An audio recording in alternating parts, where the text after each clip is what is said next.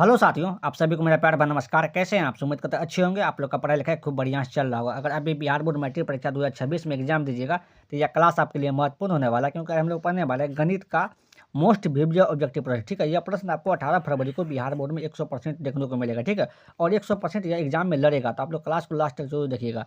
Class में है तो क्लास को लाइक कर दीजिए, अपने दोस्तों को भी शेयर कर दीजिए, चैनल को जरूर सब्सक्राइब कर लीजिए। ठीक है, गणित का पेपर है और लास्ट तक जरूर देखिएगा। और आप लोग कमेंट करके जरूर बताइएगा कि बिहार बोर्ड 2026 में आप लोग कितना मार्क लाना चाहते हैं, यह भी आप लोग कमेंट करके बताएं क्या आपका लक्ष्य है। देखते हैं आज का पहला प्रश्न, और आप लोग भी साथ में आंसर दीजिएगा जिस भी प्रश्न का आंसर आपको आता होगा। देखिए पहला प्रश्न है आपका यहाँ पे कि सेक स्क्वायर 60 डिग्री माइनस 1 का मान है। तो सेक स्क्वायर 60 डिग्री माइनस 1 का मान है। देखिए इस टाइप को प्रश्न बनाने के लिए आपको सबसे पहले सेक 60 डिग्री का मान आना चाहिए। तो सेक स्क्वायर क्या लिखा हुआ है आपका यहाँ पे, सेक स्क्वायर 60 डिग्री और माइनस 1, तो सेक 60 डिग्री का मान कितना होता है? तो सेक 60 डिग्री का मान होता है 2 होता है। ठीक है, और स्क्वायर है तो क्या करेंगे, इसका स्क्वायर कर देंगे और माइनस क्या लिखेंगे, 1 लिखेंगे। तो 2 का स्क्वायर कितना होता है? 2 का स्क्वायर 4 होता है और माइनस का 1, और 4 में से अगर 1 घटाएंगे तो कितना हो जाएगा का 3 हो जाएगा। तो इसका सही आंसर ऑप्शन नंबर बी हो जाएगा। ठीक है, 1 का सही आंसर ऑप्शन नंबर बी हो जाएगा। यह प्रश्न बिहार बोर्ड में 2 से 3 बार पूछा गया है। ठीक है, तो यह भी इस बार भी पूछा जाएगा। देखते हैं अगला प्रश्न हम लोग 2 नंबर प्रश्न, और आप लोग भी साथ में आंसर देते चलिए। 2 का प्रश्न है आपका यहाँ पे कि बिंदु 6 कोमा माइनस 5 का भुज है। इसमें भुज पूछा गया है। देखिए यह बिंदु दिया हुआ है 5 कोमा माइनस 6 कोमा माइनस 5 दिया हुआ है। ठीक है, इसका भुज पूछा गया। तो भुज क्या होता है, एक्स को मान को भुज कहते हैं और वाई को मान को कोटि कहते हैं। यहाँ पे भुज क्या हो जाएगा आपका, यहाँ पे 6 हो जाएगा। तो 2 का सही आंसर ऑप्शन नंबर ए हो जाएगा। अगर आपसे कोटि पूछता है तो कोटि कितना होता है, माइनस का 5 होता है, आपको ध्यान रखना है। देखते हैं अगला प्रश्न हम लोग 3 नंबर प्रश्न। 3 का प्रश्न है आपका यहाँ पे कि 9 सेक स्क्वायर ए माइनस 9 टेन स्क्वायर ए का मान है। इसका मान क्या होगा? देखिए प्रश्न है आपका यहाँ पे जो दिया हुआ इसको लिख लेते हैं। 9 दिया हुआ आपका यहाँ पे सेक स्क्वायर ए और माइनस का लिखा हुआ है यहाँ पे 9 टेन स्क्वायर ए। ठीक है, यह दिया हुआ है। तो दोनों में देखिए 9 है, इसमें भी 9 है, इसमें भी है 9। तो 9 जब है दोनों में तो क्या करेंगे हम लोग, कॉमन ले लेंगे। क्या करेंगे, 9 कॉमन ले लेंगे। जब 9 कॉमन ले लेंगे तो यहाँ पे क्या बचेगा, यहाँ पे बचेगा आपका यहाँ पे कि सेक स्क्वायर ए और माइनस का 10 स्क्वायर ए। ठीक है, और आप लोग को कॉमन लेने के लिए आता होगा। ठीक, अब देखिए अब क्या करेंगे इसका को, यानी सेक स्क्वायर ए माइनस 10 स्क्वायर ए बराबर क्या होता है, 1 होता है, या फार्मूला होता है। तो 9 गुना क्या हो जाएगा, 1 होगा। 9 को 1 से गुना करेंगे कितना हो जाएगा, 9 हो जाएगा। ठीक है, तो 3 का सही आंसर ऑप्शन नंबर बी हो जाएगा। देखते हैं हम लोग 4 का प्रश्न। देखिए 4 का प्रश्न है आपका यहाँ पे कि समांतर श्रेणी 13 और 17 का समांतर माध्य है। तो यह जो दिया हुआ है 13 और 17 का समांतर माध्य पूछा गया है। ठीक है, इस प्रश्न में तो 13 दिया हुआ 17 दिया हुआ है। जब भी आपसे समांतर माध्य पूछेगा तो 2 संख्या दिया है 13 और 17, तो दोनों क्या कर दीजिए, जोड़ दीजिए।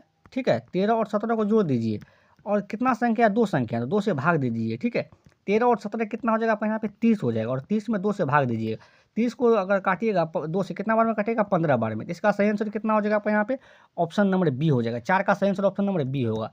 देखते हैं 5 का प्रश्न, और आप लोग भी साथ में आंसर देते चलिए। देखिए 5 का प्रश्न है आपका यहाँ पे कि 8 comma 9 comma 7 comma 8 comma 3 comma 9 comma 5 comma 8 का बहुलक है। क्या पूछा गया है, बहुलक पूछा गया। तो बहुलक क्या होता है, वैसी संख्या जो सबसे अधिक बार रिपीट हो, उसे क्या कहते हैं, बहुलक कहते हैं।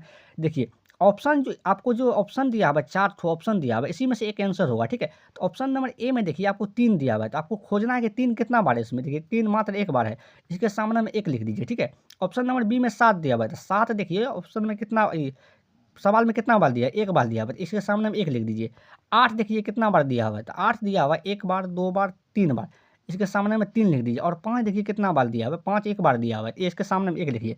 तो बहुलक क्या होता है, वैसी संख्या जो सबसे अधिक बार रिपीट हो, उसे क्या कहते हैं, बहुलक कहते हैं। तो 8 3 बार रिपीट हुआ है, इसका बहुलक कितना हो जाएगा आपका यहाँ पे 8 हो जाएगा। ठीक है, तो 5 का सही आंसर ऑप्शन नंबर सी हो जाएगा। देखिए अगर आप लोग यहाँ तक आए तो क्लास को लाइक भी करें, अपने दोस्तों को भी शेयर कर दीजिए, चैनल को जरूर सब्सक्राइब कर लीजिए आप लोग इसी तरह क्लास देखने के लिए।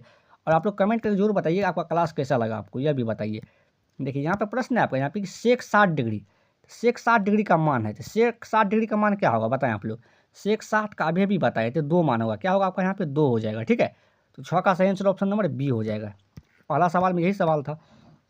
देखिए 7 का प्रश्न है कि निम्नलिखित में से कौन सा अपरिमेय संख्या है। अपरिमेय संख्या पूछा गया, और सभी आंसर देखिए आपको रूट में दिया हुआ है। सभी कौन सी में आंसर है, रूट में है। जब भी रूट में अगर आपको ऑप्शन दिया रहेगा, आपको करना क्या है, जब भी आपको ऑप्शन या रूट में दिया रहेगा तो जिसका पूरा पूरा वर्गमूल निकलेगा वह होगा परिमेय संख्या, और जिसका वर्गमूल नहीं निकलेगा वह क्या होगा, अपरिमेय संख्या। जैसे रूट 49 का वर्गमूल कितना होता है, 7 होता है, यह परिमेय संख्या है। रूट 36 का वर्गमूल क्या होगा, 6, यह परिमेय संख्या है। और रूट 16 का वर्गमूल कितना निकल जाएगा आपको यहाँ पे 4, तो यह क्या है, परिमेय संख्या। लेकिन रूट 27 का वर्गमूल नहीं निकलता है। बहुत सारा विद्यार्थी कहेगा सर रूट 27 को तो हम 3 रूट 3 लिखते हैं, ठीक है, लेकिन रूट 3 क्या है, अपरिमेय संख्या है, ठीक है। तो लेकिन रूट 27 का पूरा पूरा वर्गमूल नहीं निकलता है। जिस तरीका से रूट 49 को रूट 36 का रूट 16 का निकला है, इस तरीका से निकलना चाहिए, ठीक है। तो यही अपरिमेय होगा, जिसका वर्गमूल निकलेगा वह परिमेय, जिसका वर्गमूल नहीं निकलेगा क्या होगा, अपरिमेय संख्या। रूट 27 का वर्गमूल नहीं निकला है, यह हो गया अपरिमेय संख्या, ठीक है। 27 का सही आंसर ऑप्शन नंबर सी हो जाएगा।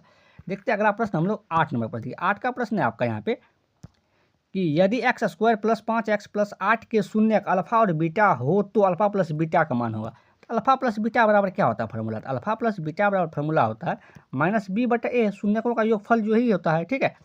अब देखिए b का मान कितना है यहाँ पे, b का मान 5 है, लेकिन माइनस तो फार्मूले में है, तो 5 माइनस 5 बटा a का मान क्या है यहाँ पे, a का जो मान होता है वो एक्स स्क्वायर गुना होता है, एक्स स्क्वायर गुना कितना 1 है, माइनस 5 में 1 से भगा देंगे कितना हो जाएगा आपका यहाँ पे, माइनस का 5 हो जाएगा, ठीक है। तो 8 का सही आंसर ऑप्शन नंबर बी हो जाएगा। देखते हैं 9 नंबर प्रश्न हम लोग। ठीक है, 9 का प्रश्न है आपका यहाँ पे। देखिए इस टाइप का सवाल जो 9 नंबर प्रश्न है मोस्ट इंपॉर्टेंट सवाल है, ठीक है। यह प्रत्येक बार आपको पूछा ही जाता है, सिर्फ यहाँ पे क्या करेगा, डिजिट बदल देगा, यहाँ 11 की जगह पर 13 दे देगा, 15 देगा, 17 देगा, कुछ भी दे देगा। तो यहाँ प्रश्न है आपका यहाँ पे कि एक्स स्क्वायर माइनस 11 का शून्यक, शून्यक जब भी पूछेगा तो बराबर 0 कर देंगे, ठीक है। तो एक्स स्क्वायर बराबर क्या हो जाएगा आपका यहाँ पे, देखिए माइनस का 11 है, बराबर को उस साइड लेके जाएंगे तो प्लस का 11 हो जाएगा। इस साइड स्क्वायर है, अगर स्क्वायर हटाएंगे तो बराबर का उस साइड लेके जाएंगे क्या होगा आपका यहाँ पे, प्लस माइनस का रूट लग जाएगा, प्लस माइनस का रूट 11 हो जाएगा, ठीक है।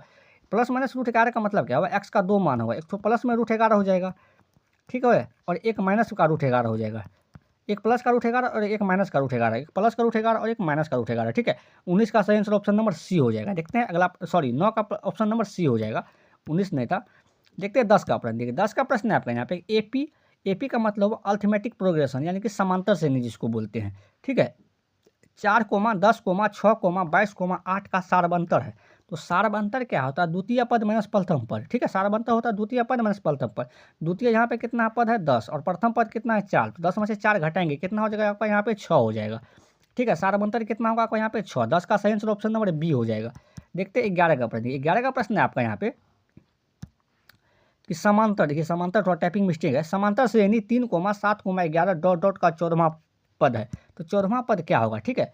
तो देखिए प्रथम पद यहाँ पर दिया हुआ, प्रथम पद कितना दिया हुआ आपको यहाँ पे 3 दिया हुआ है, तो सारबंतर कितना हो जाएगा डी का मान, तो द्वितीय पद माइनस प्रथम पद हो जाएगा, तो 7 में से 3 घटाएंगे कितना हो जाएगा 4 हो जाएगा, और एन का मान कितना हो जाएगा आपको यहाँ पे 14 होगा, ठीक है। तो 14वां पद पूछा गया है, तो एनवां पद का फॉर्मूला क्या होता है, एन बराबर फॉर्मूला होता है A plus N minus 1 into D, यही तो फार्मूला होता है, ठीक है, इंटू डी। ए का मान कितना है यहाँ पे 3 है, प्लस एन का मान कितना हो जाएगा आपका यहाँ पे 14 माइनस 1 इंटू डी, डी का मान कितना है आपका यहाँ पे, डी का मान हो गया आपका यहाँ पे कितना निकाले हैं 4 निकाले हैं, ठीक है 4। तो 3 का तो 3 लिखेंगे, प्लस देखिए 14 में से 1 घटेंगे कितना हो जाएगा आपका यहाँ पे 13 गुना 4 हो जाएगा, 13 चौका 52 और 3 जोड़ेंगे तो 12, 52 3 कितना हो जाएगा 55 हो जाएगा, इसका आंसर कितना होगा 55, ठीक है। 11 का सही आंसर ऑप्शन नंबर बी हो जाएगा। देखते हैं 12 का प्रश्न, आपको भी साथ में आंसर देते रहना है। 12 का प्रश्न है आपका यहाँ पे कि साइन थीटा गुना कॉट थीटा का व्युत्क्रम है, इसका व्युत्क्रम पूछा गया है। तो यहाँ प्रश्न है आपका यहाँ पे कि साइन थीटा और गुना क्या दिया है आपका यहाँ पे कॉट थीटा, ठीक है, इसका व्युत्क्रम पूछा गया है। तो सबसे पहले साइन थीटा को तो साइन थीटा लिखेंगे, लेकिन कॉट थीटा को क्या लिखेंगे, कॉट थीटा को लिखेंगे हम लोग कॉस थीटा और बटा साइन थीटा, ठीक है, यही लिखेंगे। देखिए साइन थीटा से साइन थीटा कैंसिल हो गया, तो बच्चा क्या आपका यहाँ पे बचा है आपका यहाँ पे कॉस थीटा, और कॉस थीटा का उल्टा क्या होता है सेक थीटा, व्युत्क्रम का मतलब उल्टा होता है। इस प्रश्न का आंसर क्या होगा आपको यहाँ पे सेक थीटा हो जाएगा। 12 का सही आंसर ऑप्शन नंबर सी हो जाएगा। देखते हैं हम लोग 13 का प्रश्न। देखिए 13 का प्रश्न है आपका यहाँ पे कि निम्नलिखित में से रूट 2 किसके बराबर है, रूट 2 जो है किसके बराबर है, ठीक है।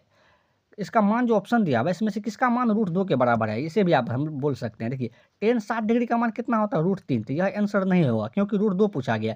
कॉस 45 का मान कितना होता है, कॉस 45 का मान होता है 1/√2 होगा, ठीक है, तो यह भी आंसर नहीं होगा। साइन 30 डिग्री का मान कितना होता है 1/2 होगा, तो यह भी आंसर नहीं होगा। लेकिन कॉस 45 का मान कितना होता है रूट 2 होता है, ठीक है, यही आंसर होगा, ठीक है। 13 का सही आंसर ऑप्शन नंबर डी हो जाएगा। देखते हैं अगला प्रश्न, और आप लोग भी साथ में आंसर देते चलिए। देखिए 14 का प्रश्न है आपका यहाँ पे कि दो पासों की फेंक में संभव परिमाणों की संख्या है। देखिए अगर जब भी आप पासा को फेंकिएगा, एक पासा को फेंकिएगा तो क्या होगा, ठीक है, एक पासा को फेंकिएगा तो 1 आएगा या 2 आएगा या 3 आएगा या 4 आएगा या 5 आएगा या 6 आएगा। तो कुल संभव परिमाण कितना हो जाता है? 6 आ जाता है एक बार जो फेंकते हैं। ठीक है, तो एक बार फेंकेंगे तो 6 पर पावर 1 लिखेंगे, तो 6 पावर 1 का मतलब कितना होगा? 6 हो गया। कारण यहाँ पे 2 पासा को फेंका जाता है तो 6 पर पावर क्या लिखेंगे? 2 लिखेंगे, और 6 पर पावर 2 का मतलब कितना हो गया? 36 हो गया। जब यहाँ पे लिखा रहेगा 3 पासा को जो फेंका जाता है तो कुल परिणामों की संख्या क्या होगा? संभव परिमाणों का। तो 6 पावर कितना लिखेंगे? 3 लिखेंगे। 6 पावर 3 का मतलब कितना हो गया? 216, क्योंकि 6 को 3 बार गुना करेंगे। यहाँ पे 2 पासा, इसी तरीक़ा से हम लोग आगे बनाते जाएंगे। ठीक है, यहाँ पूछा गया 2 पासों की फेंक में संभव परिमाणों, तो 2 पासों को फेंकेंगे उसमें संभव परिमाण कितना हो जाएगा? 36 हो जाएगा, क्योंकि 6 का स्क्वायर 36 होता है। तो 14 का सही आंसर ऑप्शन नंबर सी। यह प्रश्न शायद 2025 में पूछा गया था बिहार बोर्ड में। ठीक है, इस टाइप का सवाल बिहार बोर्ड में बार बार पूछा जाता है। देखते हैं अगला प्रश्न हम लोग 15 का प्रश्न। देखिए 15 का प्रश्न है आपका, यहाँ पे सिक्का भी पूछा जाएगा। एक सिक्का को उछालने पर पट आने की प्रक्रिया होगा। देखिए एक सिक्का को जब भी उछालिएगा या तो पट आएगा या चित्त आएगा, या तो पट आएगा या क्या आएगा? चित्त आएगा। ठीक है, तो पट आपसे देखिए पट पूछेगा तब भी 1/2 हो जाएगा, अगर चित्त पूछेगा तब भी इसका प्रक्रिया क्या होगा? 1/2 होगा। कुछ जब भी एक पासा को फेंका जाएगा तो चित्त या पट आने की प्रक्रिया कितना होगा? 1/2 होगा। आपसे चित्त पूछे या पट पूछे उसकी प्रक्रिया कितना होगा? 1/2 हो जाएगा। तो 15 का सही आंसर ऑप्शन नंबर क्या हो जाएगा आपका? यहाँ पे ए हो जाएगा। ठीक है, यह आज का आखिरी प्रश्न था। अगर आप तो यहाँ तक आ गए तो क्लास को लाइक भी करें, अपने दोस्तों को भी शेयर भी कर दीजिए, चैनल को जरूर सब्सक्राइब करें और कमेंट करके जरूर बताएंगे आपको क्लास कैसा लगा। मिलते हैं अगले क्लास में। Thank you.